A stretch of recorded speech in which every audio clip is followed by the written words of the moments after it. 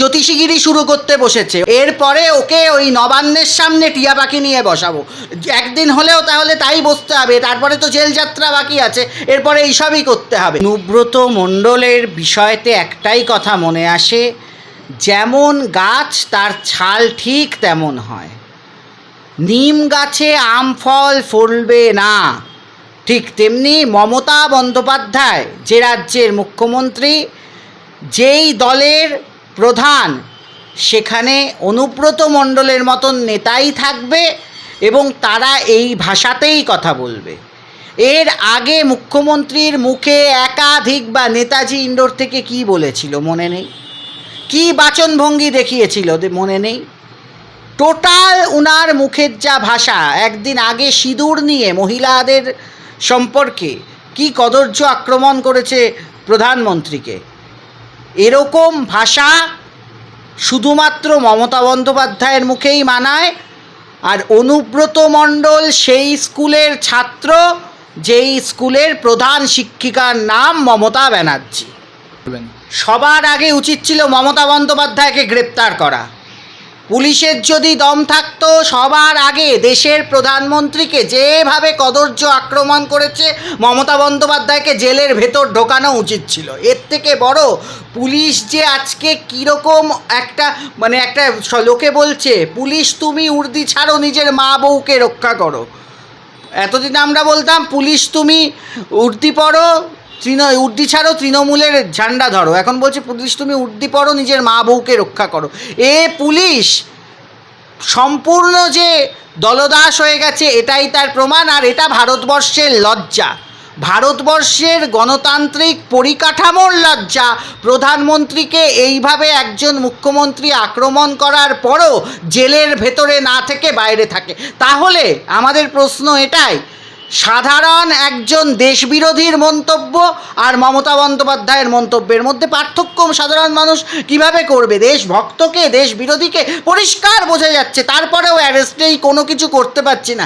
এটা কোনোভাবেই সুস্থ সাংবিধানিক নিয়ম হতে পারে না, বরং এটা আমাদের সাংবিধানিক সংকট। রাজ্যের ডিজিকে আগে যতজন ডিজি ছিল সব থেকে যিনি কিনা পড়াশোনায় শিক্ষিত আমরা সবাই জানি, কিন্তু যিনি কিনা সব থেকে অপদার্থ ডিজি হিসাবে পরিচিত।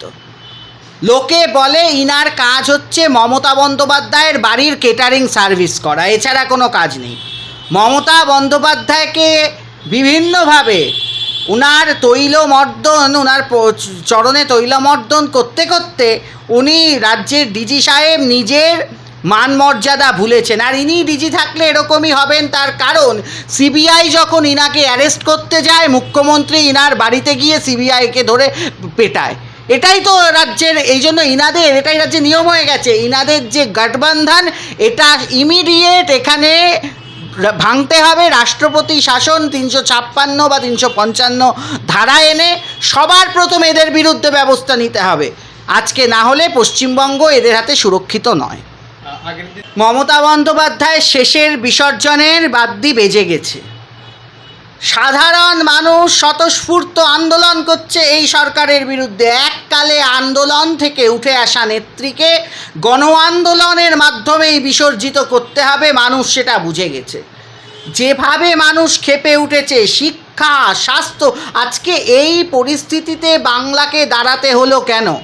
মুখ্যমন্ত্রীর কাজ কি, স্বরাষ্ট্রমন্ত্রীর কাজ কি, স্বাস্থ্যমন্ত্রীর কাজ কি, এতগুলো দপ্তর। আর আপনারা ভেবে দেখুন সব কিছু কিন্তু স্বাস্থ্য দপ্তর মমতা বন্দ্যোপাধ্যায়ের হাতে, শিক্ষা দপ্তরটা কেবলমাত্র উনার হাতে নেই, কিন্তু উনি হচ্ছেন প্রত্যেকটি দপ্তর কন্ট্রোল করছে, সিএমও থেকে কন্ট্রোল করা হয়।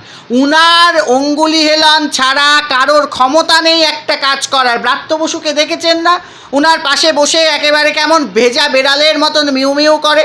কোনো একটা কথা বলতে গেলে এই ব্রাত্য তুমি এটা করছো কেন, তুই ওটা করছিস কেন, কীভাবে ধমক চমক খেতে হয়। এরপরেও আপনারা বলবেন কোনো কিছু বাকি আছে? এদের লজ্জা শরম বিসর্জন গেছে, নাক কান কাটা সরকার হয়ে গেছে। এরপরে রাজ্যের মন্ত্রীদের ধরে যদি রাস্তায় মানুষ দুঘা দেয় তাতেও আমরা অবাক হব না, এমন জায়গায় মান মর্যাদা পৌঁছে গেছে। লাস্ট প্রেস কনফারেন্সে দেখলাম মমতা বন্দ্যোপাধ্যায় রাজ্যে এই মুহূর্তে নির্বাচন করা নিয়ে একটা প্রশ্ন তোলে, যেখানে তিনি বলতে চাইছেন যে এই মুহূর্তে যদি নির্বাচন হয় সেক্ষেত্রে বিজেপি পরাজিত হবে। কি বলবেন এই বিষয়টা নিয়ে? কার্যত চ্যালেঞ্জ ছুড়ে দিলেন। চ্যালেঞ্জ ফ্যালেঞ্জ না, ও এখন জ্যোতিষীগিরি শুরু করতে বসেছে। ওকে একটা টিয়া পাখির, এখন তো টিয়া পাখি ধরা বারণ। আমি বলবো ক্ষমতায় থাকতে থাকতে এই আইনটা সংশোধন করে ও একটা টিয়া পাখি পুষুক, এরপরে ওকে ওই নবান্নের সামনে টিয়া পাখি নিয়ে বসাবো। একদিন হলেও তাহলে তাই বসতে হবে, তারপরে তো জেল যাত্রা বাকি আছে, এরপরে এইসবই করতে হবে।